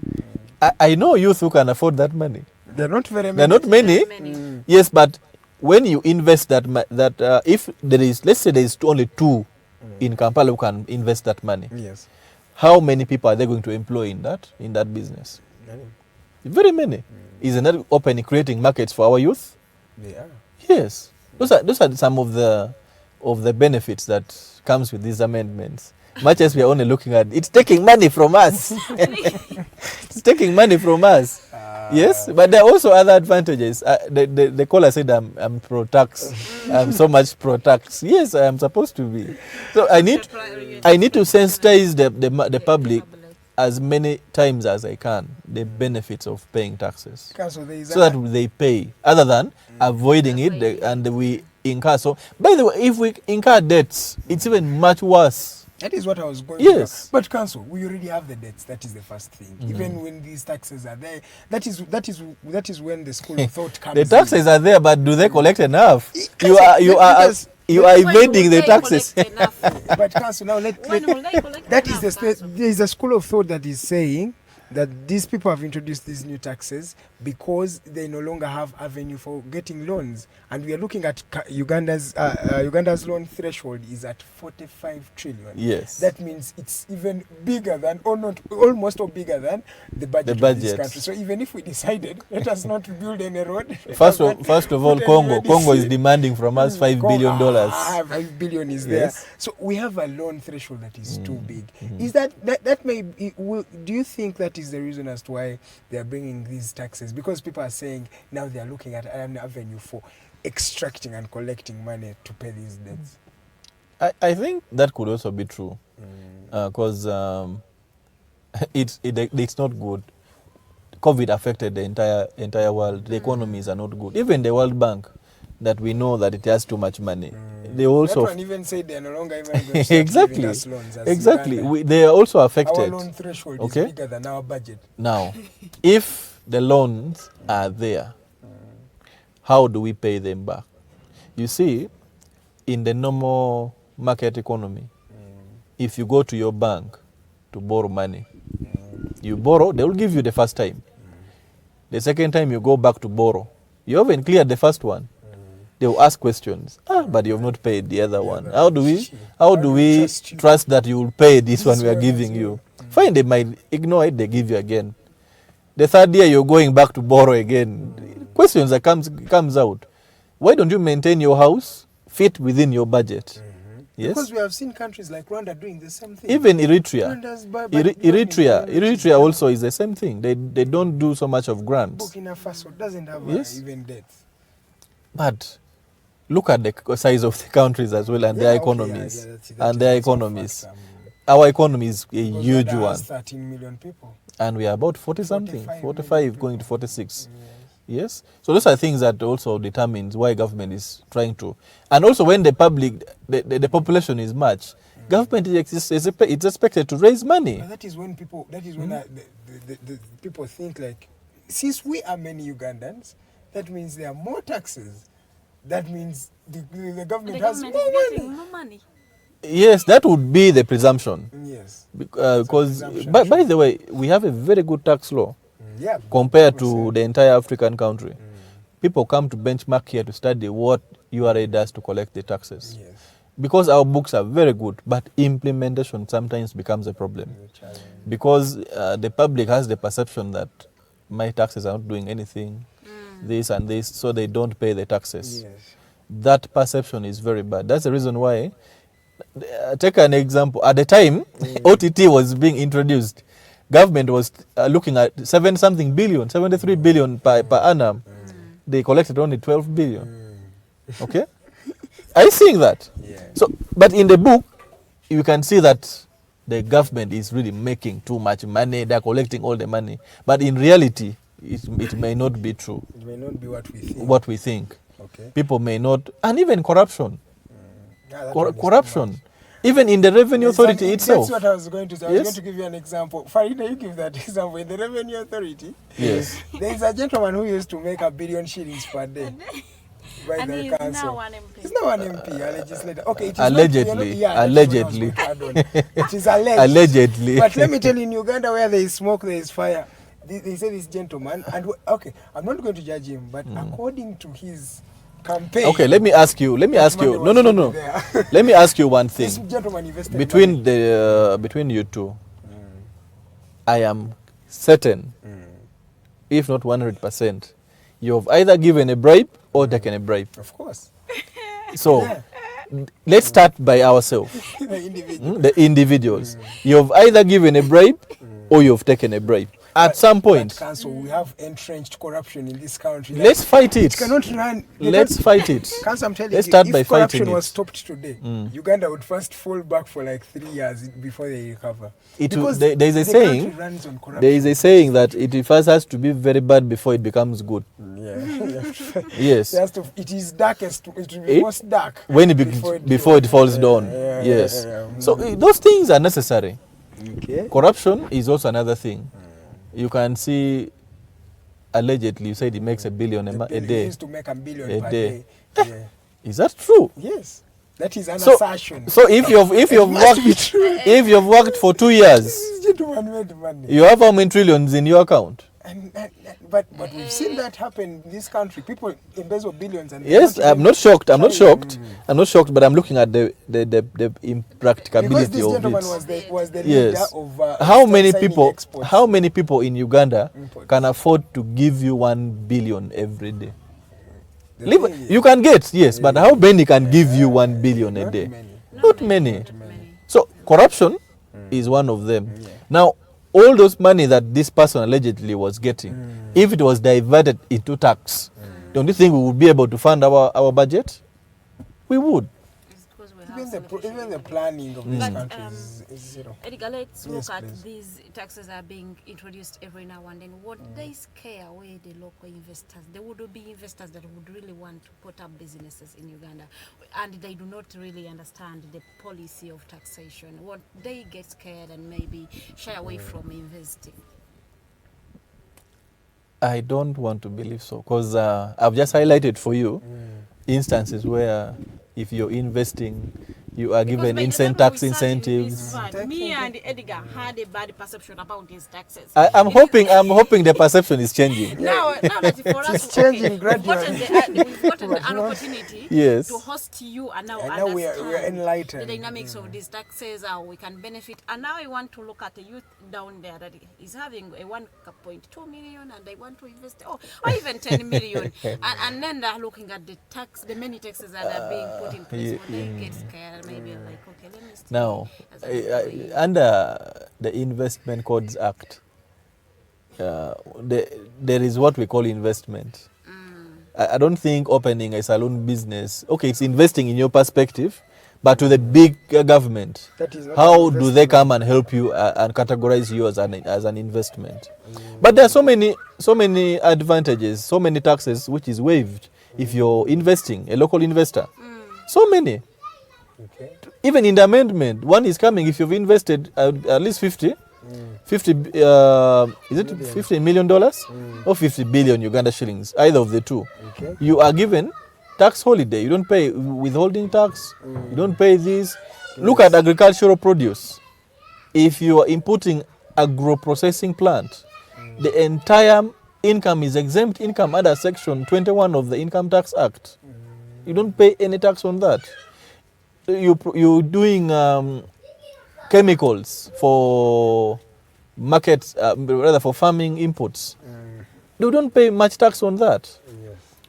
Now, even when there is all those incentives, people still want to import from outside and incur more money. You get? Yeah. I was so saddened when I saw people offloading mangoes from Kenya at the Kasero market. Yeah. And then there are those mangoes, the red ones. Yes. Those ones, yeah, I know. Are you telling me that our season is different.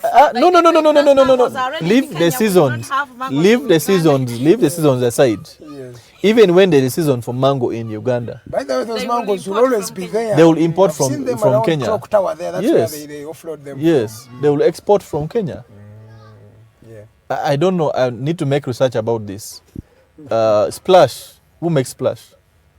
I don't really know. Isn't it imported from Kenya? Yeah, it is. Yeah, Or South Africa or some other country? Yeah, I don't think it's Splash manufactured is from not here. Manufactured here. Even margarine. What is it? Prestige. Is So not are you saying manufactured we don't have enough mangoes to make Splash? to make Splash?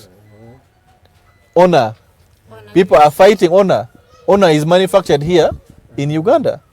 Honor is the same content almost like Splash. No. It is not?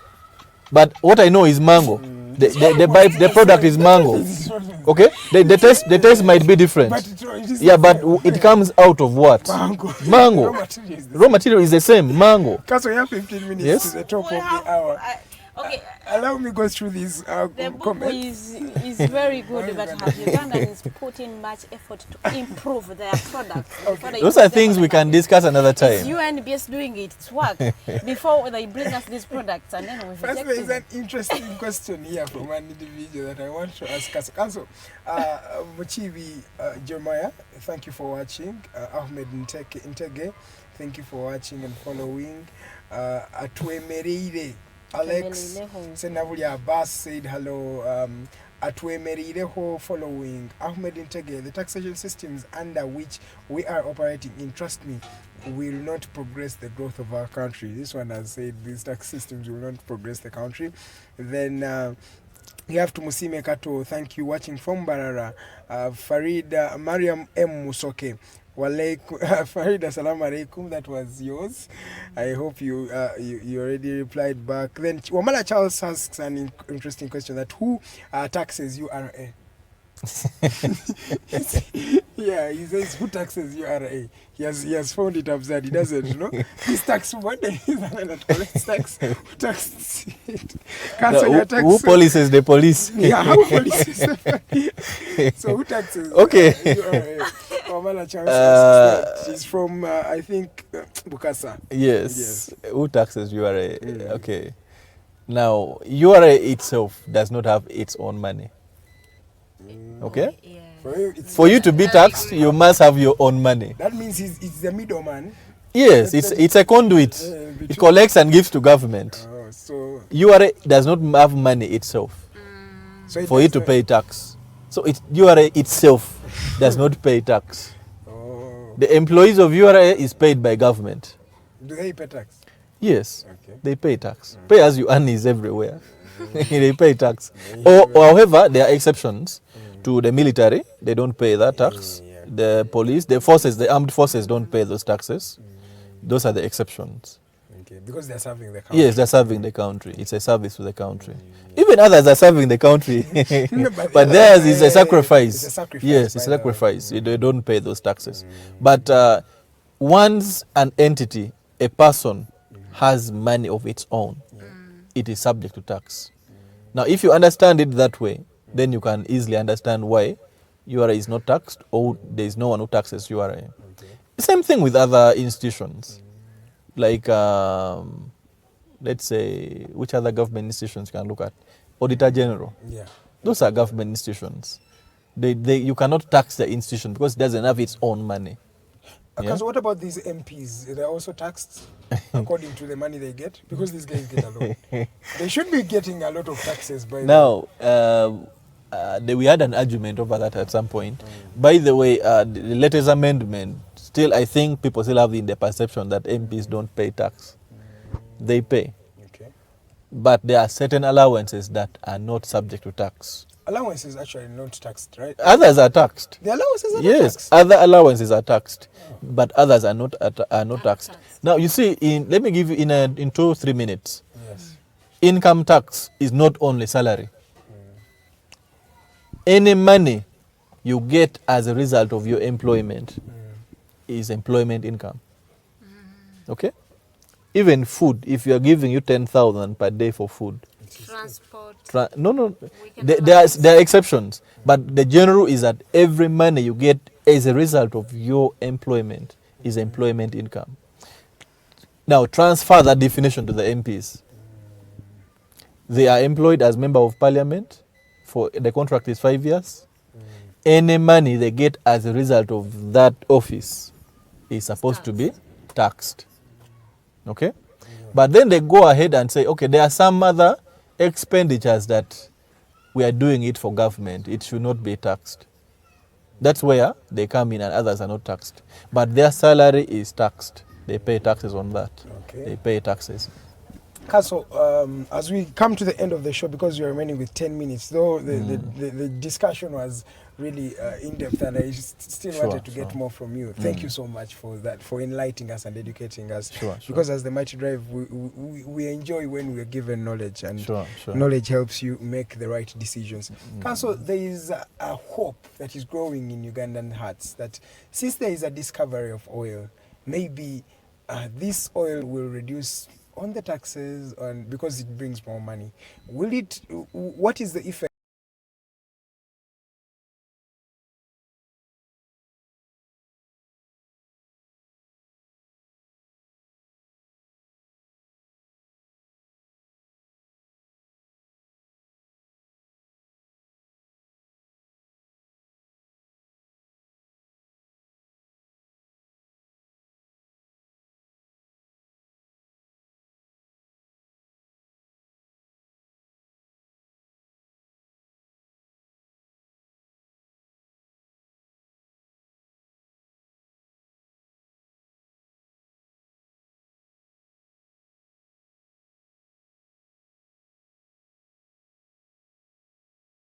I'm not so good an expert in oil production and so on. But what I think, again, I stand to be corrected. What I think is that we may not have to process the finished oil from Uganda. we export the crude oil. Yeah, because you're going to be exporting yes. crude oil. So now, don't you think that's the same thing? Why is coffee expensive? Coffee that we import. Because we export real coffee. We do not process coffee. Actually, we do. We do process coffee from here, but we prefer the one from outside. The one from outside. No, actually, let me tell you a story. Let me give you something in just a minute. Nescafe. Yes. Which is, I think it's from South Africa or Colombia. It's from South Africa. South Africa. Yes, Nescafe. Actually, Nescafe is a byproduct of coffee. Yes, it's not a real coffee that, but because you have that perception. Not even the perception. You know, for them, for people to sell, to market to you something which is consumable, they must test and treat it to your taste buds. Yes. Trust me, a soda is harmful to your health. You even know it, but you still go ahead and buy it because the taste is good. Junk food is bad for your health, but the taste is good for your tongue, your mouth. You will go and buy it, but the nutritional value out of it may not be there. Zero. Same thing with coffee. The other one, they have tested and treated it to test your what? To suit your what? Taste buds. And you'll go and buy it. Because it tastes good. It tastes good. It really tastes good. The Nescafe tastes good. Yeah. But what are the nutrients in the Nescafe you're going to buy? Compare with our Star coffee, which is made and produced from Uganda. Okay? Yes. The Coffee Authority is doing a great thing in regulating that sector. Our Ugandan coffee, and I hope after this session you'll go and buy Ugandan coffee. Yes? Ugandan coffee is much better, far much better and cheap than the imported, more nutritious than the imported. So, coming back to your question, the oil may not ease the price of fuel because we are still importing the final product of oil. We are not processing it from here. Then there is excise duty, there is import duty, all those things comes in. And still fuel price may not be so low. Counsel, lastly, how do we grow our economy as Uganda? Let's pay our taxes. There is a last question from some person here. Okay. It will, I think, close our discussion. Yes. It says most countries are subsidizing internet use, others are freely giving it out. Yes, because to boost the economy and get access through other channels. Here in Uganda, Mr. Frank Tumeraze, some years back, promised a free internet. When you will be in town, free Wi-Fi, you will be accessing the internet for really. And now, it didn't come to pass. So the question is, why should Ugandans trust the taxman? Why should Ugandans trust the taxman? You see, some of these things, it doesn't really matter whether we trust them or not. What matters? You pay the tax. Not even that. The law is there. The taxman. You may not trust the taxman with your taxes, but the law says you give it to them anyway. So whether you trust them or not, you will have to give it to them. But I want to end on. I wish our government also attempts to listen to the public. The public may want to pay the taxes, but the perception they have in their mind is that we don't see service delivery. We pay taxes, but I teach tax at the university. Sometimes I ask questions in exams. A frustrated farmer is saying, I will never pay taxes because even if I pay, a few people pocket it and go away with it. Yes, but that's not the thing. We need to also plead to the government that let's try to improve on the service delivery. It may not be 100%, but 80% is better than 10%. Okay? Let's put the taxes into good use. And we remove this perception that taxes are eaten by someone doesn't go to. We have a huge task to sensitize people that actually the money they will steal, yes, but they may not steal the whole of it. They cannot steal the whole of it. That's what the hope we have. But Counsel, Ugandans are used to a lot of mistrust. That even when a government tells them that this is a drone, they'll say, this might be something else. Like there's a lot of mistrust around the country, and you cannot. And that's what we need to work on to improve. Mistrust. Yes. Counsel, you give us your parting shots, and in your parting shots, allow us give us some of your light moments. What do you like to do in terms of, when you're alone, you're not doing your tax practitioning and anything? What do you love to do in your free time? I travel a lot. I travel a lot, and I travel by road. You go for road trips? Yes, a lot. I like moving. Traveling partner. I travel a lot. That's the thing. I travel a lot. Okay. If I'm not in office, I'm always traveling, or sometimes I'm reading. I also like, you can never, in our profession, you can never stop reading. The moment you stop, you're out of fashioned. You have to read all the time. So I read a lot, and any tax related thing I land on, I read it because I want to always. And I advise the same for you. Some of these things are easily readable. You can read them and understand it. Apart from the laws, which are a bit technical, you need to interpret, then ABCD. Okay. But Counsel, what's your secret to life? What do you think a youth out there should really know about life? In the 31 years you've been on Earth. In the 31 years I've been on Earth. What have you learned about life? It's I think two things. One, don't stress over things you cannot control. And don't worry about tomorrow. Yes, because it is not promised. You may worry about tomorrow, but you don't reach tomorrow. You get? The two things in life I've learned. I have had deals with people planning for tomorrow, and they don't live to see the tomorrow. And then I've had people who are stressing so much over things they have no control over. If you live your life on those two, actually the third one, let me add the third one. If you want to stress, make sure it affects either what you're stressing on affects your bank balance, puts food on your table, or makes you happy. If it's none of the three, don't stress. Okay. My parting shots. All right. Thank you so much, Counsel Farida Bikobere. I welcome you to take us to the next session. Counsel, once again, thank you for honoring our invite and being here in time. We ask that every when we get onto you grant our request. Thank you so very much.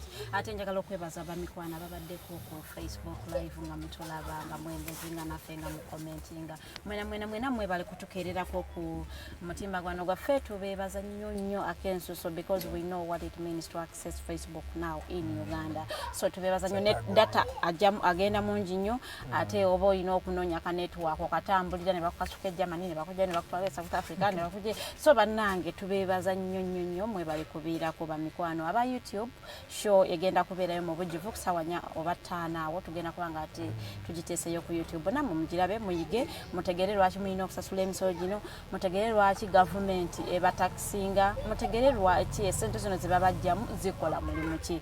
We have learned, we hope you will learn. Have yourself a good day. But today I worked with Edgar, Mathew, Karuhanga. And Mokose Arnold Anthony, the control room, Omwami Jeremiah Muchibi, yatudde wali ku kamera ate ya directing the show olunaku lwaliro. All the team mwebale kola abatubaddeko mwena mwebale we meet olunaku lwenkya luba lwakubiri nga tuli n'omulangira Nakibinge Kimbugwe ng'ate atanya ensonga za Buganda ne Uganda okutwaliza wamu olwaleero okusaawa emu eyo regular tugenda kubeera ne voltage masannyalaze gennyini tuba tunyonnyoka bigenda mu maaso mu ggwanga. It is a political show. Wali teraba muzannyo gwe munnanga akwatira nsagala kwogera bya bufuzi gwe wali tolinnyawo kiri political awo waba wamulemye wali twogera wali waba wamulemedde ddala politics aba mungi nnyo twogera bino lwaki mwakoze kiri. So olwaleero tubakubiza mubeereeko esaawa ebeeremu ey'olwegulo paka saawa 3 nga tunyumirwa n'omumbejja Luwede Lilian nga aba moderating la show. Mubeere bulungi. Have yourself a very good day.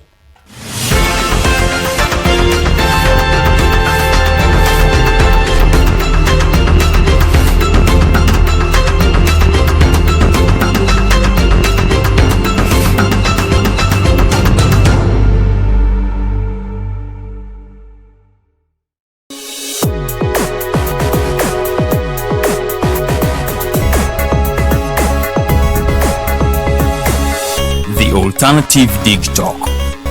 Real issues, real talk.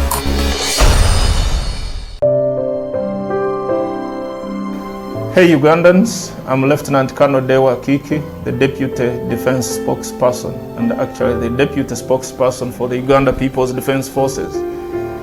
I was hosted on Alternative Dig Talk. I encourage all Ugandans that this is the way to go.